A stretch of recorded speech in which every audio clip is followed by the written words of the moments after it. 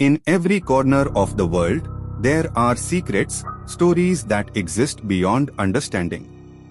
Tonight, we uncover 3 terrifying haunted tales underground palace of the Damned, ritual hall beneath the temple, mansion with 100 locked rooms.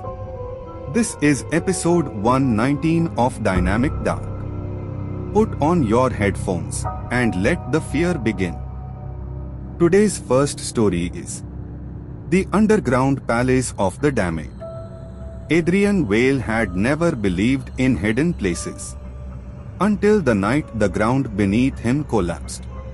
It happened without warning. 1 second, he was standing still, and the next, he was falling into darkness. Not just any darkness, but something deeper, heavier.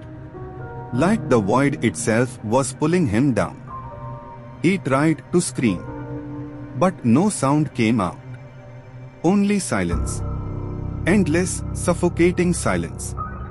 Then suddenly, his body hit something hard. Cold marble.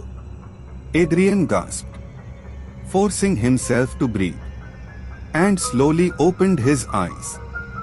What he saw didn't make sense. He wasn't in a cave.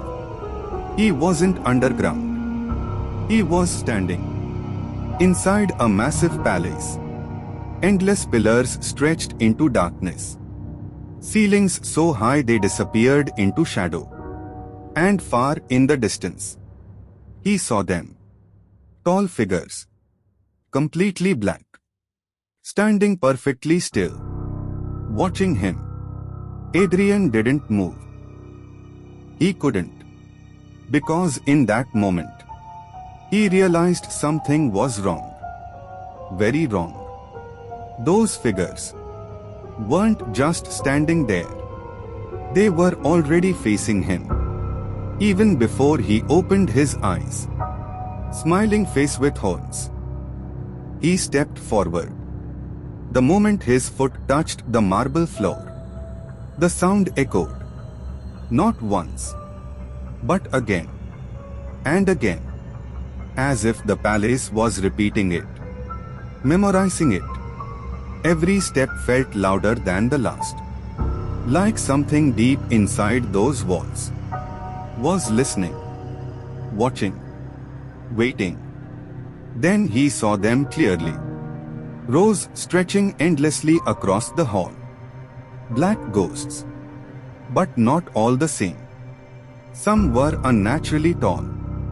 Their limbs too long, dragging across the floor. Some were wider, thicker, like shadows compressed into human form. And some weren't standing at all. They were hanging beside the thrones, perfectly still, like they had been placed there. No faces, no eyes, just pure human-shaped darkness. He tried not to look directly at them. But as he walked past, something changed. One of them moved. Then another.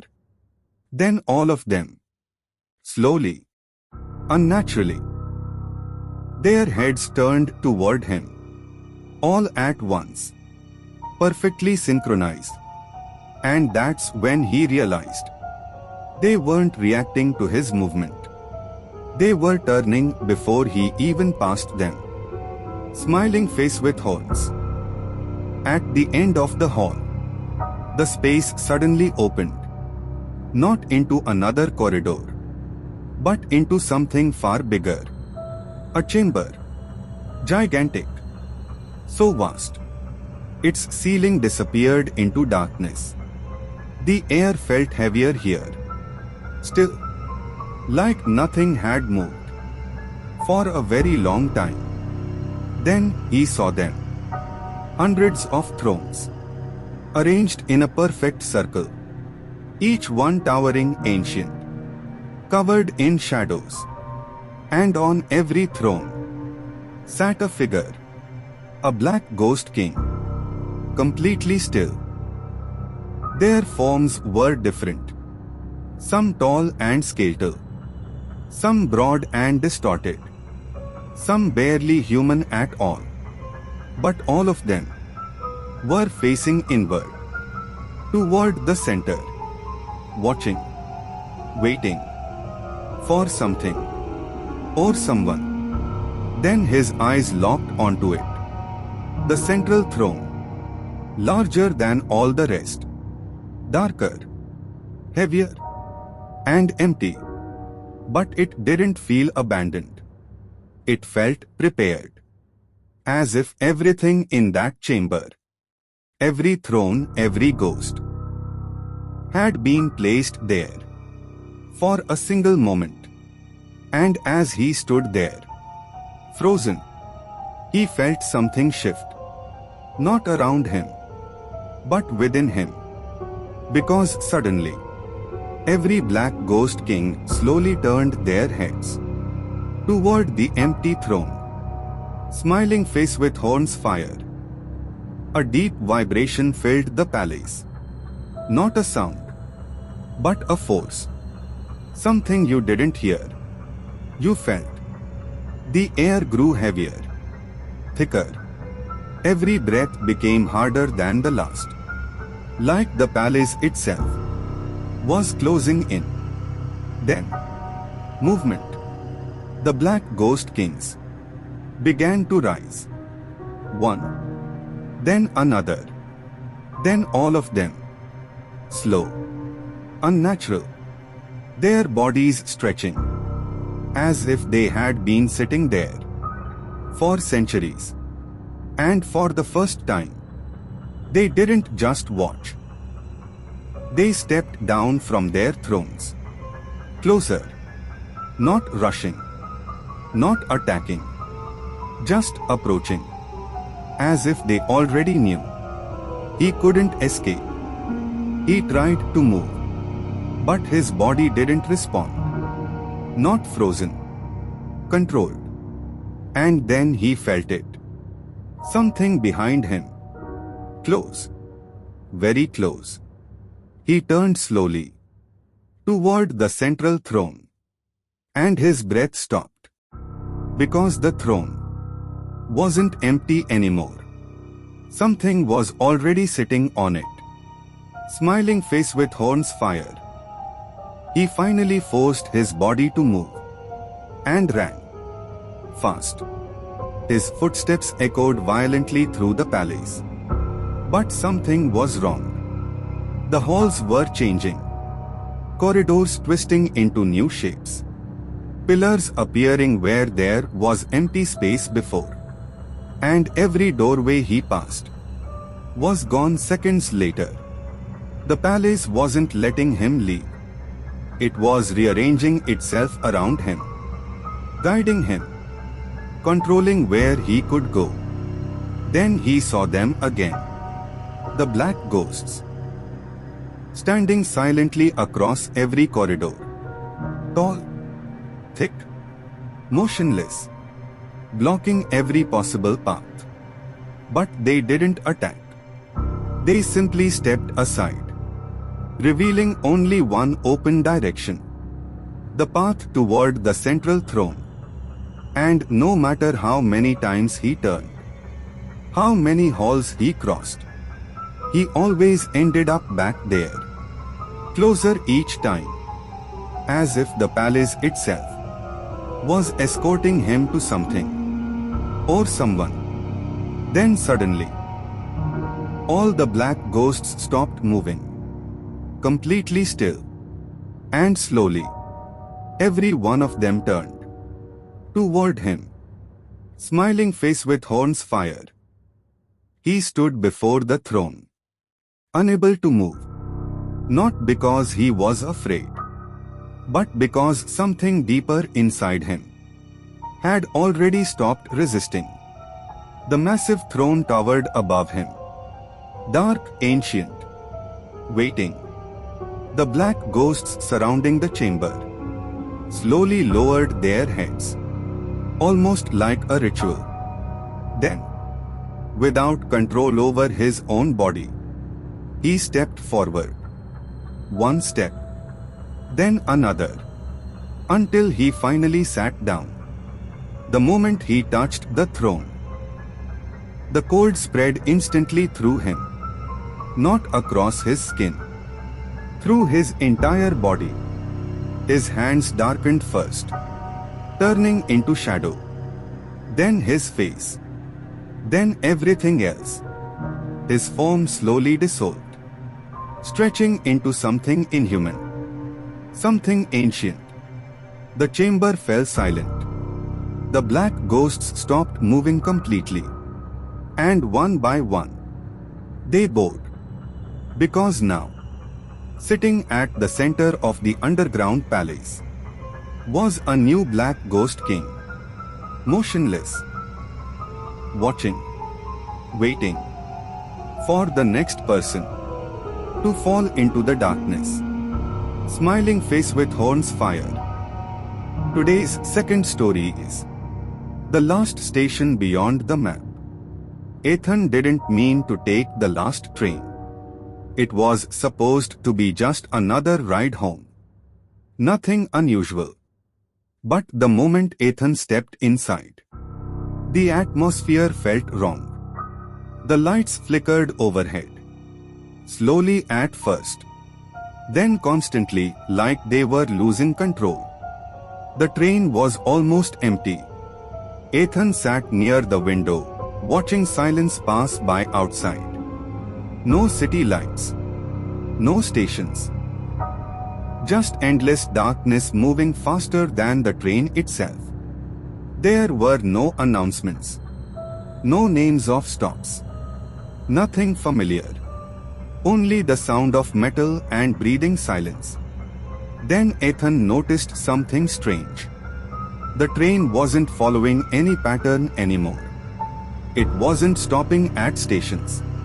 It was moving deeper, into tunnels that didn't exist on any map. Longer, stranger, impossible. It felt like reality itself was being left behind. Ethan stood up slowly, confused, uneasy, and looked outside again. The darkness outside wasn't empty anymore.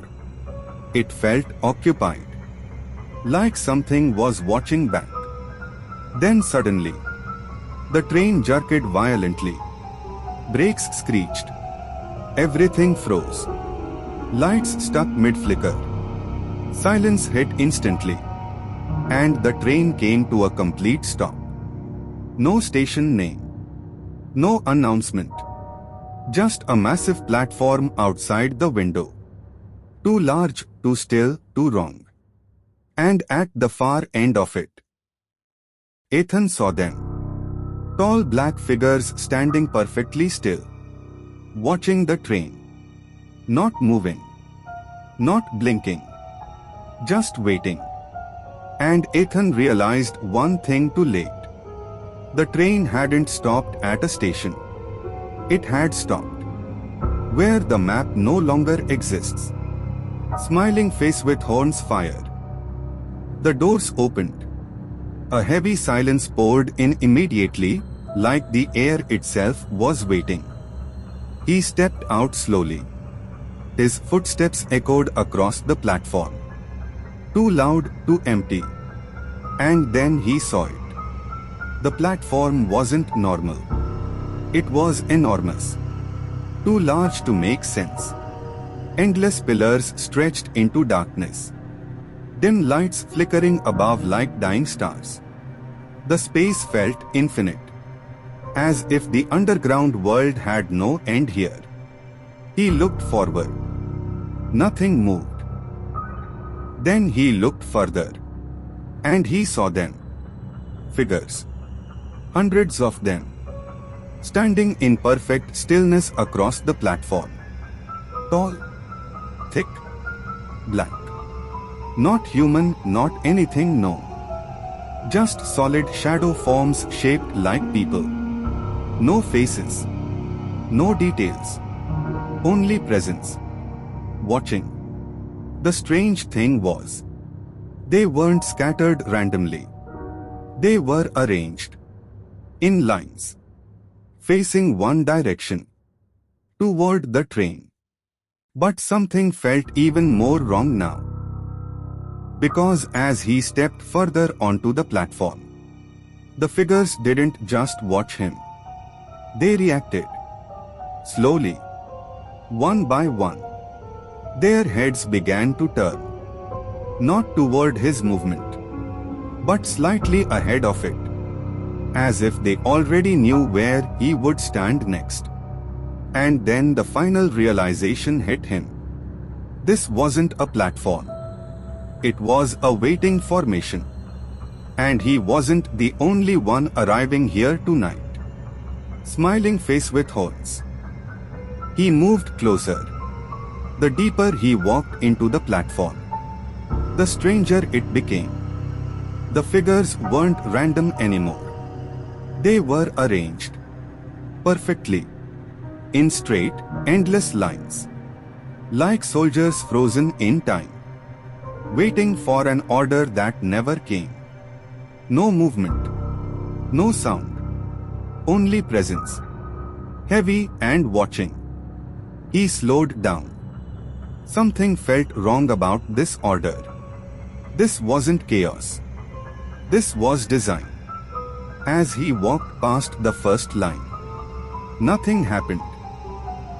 Then the second. Still nothing. But when he reached the middle rows, the silence changed. A shift. Almost invisible. And then it began. Slowly, one by one, the black figures turned their heads. Not randomly. Not delayed. Perfect synchronization. All at once. Every single line. Every single figure. Now facing him. Completely still again. And in that moment, he realized something terrifying. They weren't arranged to face the train. They weren't waiting for the station. They were arranged in lines, so they could watch him pass through them. Smiling face with horns. A distorted voice suddenly echoed through the station. Next arrival. Ethan Cole. His name repeated again and again. The lights flickered violently. And in that instant, the black ghosts took a step forward. Smiling face with horns. He turned back toward the train. But it was gone. The doors sealed into silence. The platform stretched endlessly in every direction. No stairs. No exits. Only the black ghost silhouettes. Slowly closing in. Not running. Not attacking. Just surrounding him. As if the only path left was to become one of them. Smiling face with horns. He stopped, frozen in place, and stepped into the line. Silence fell instantly. The ghosts went still. And now, he wasn't alone anymore. He had become one of them, waiting for the next train to arrive. Smiling face with horns. Tonight's story. The mansion with 100 locked rooms. Lucas Reed had heard about the mansion. But no one ever went inside fully. Not even once. They said it has 100 locked rooms. Silent and waiting. But that night, the main door was open. Smiling face with horns. The moment Lucas stepped inside, he saw them. Doors everywhere. Walls, corridors, all covered in doors. Every single one locked. Every single one silent. But behind each door, something was watching. Smiling face with horns. One door slowly creaked open on its own. Lucas stepped closer and looked inside. A black ghost stood in the center of the room, still silent, waiting. Then, it moved. Smiling face with horns. More doors began to open, one by one. Then all at once. Every wall, every corridor, every room revealed black ghosts. Different shapes, different sizes, but the same darkness. And now, they were stepping out, smiling face with holes. Lucas ran through endless corridors, through doors leading nowhere. But the mansion had changed. The exits were gone. The halls repeated endlessly. And everywhere he turned, black ghosts stood closer and closer. Not chasing him, guiding him somewhere. Smiling face with holes. At the end of the mansion, one final door stood unlocked. Lucas stepped inside and froze. A black empty version of himself stood waiting in the room. Then, the door slammed shut. And outside, a new locked door appeared. Smiling face with holes. This was episode 119 of Dynamic Dark. Which story ruined your night? Tell us in the comments. The most terrifying comment will be pinned. Episode 120 is coming. Creepypasta horror stories are even darker and more cursed. Like, subscribe and press the bell icon if you dare to step into the darkness again. Everyday new horror episode at 7:45 p.m. only on Dynamic Dark.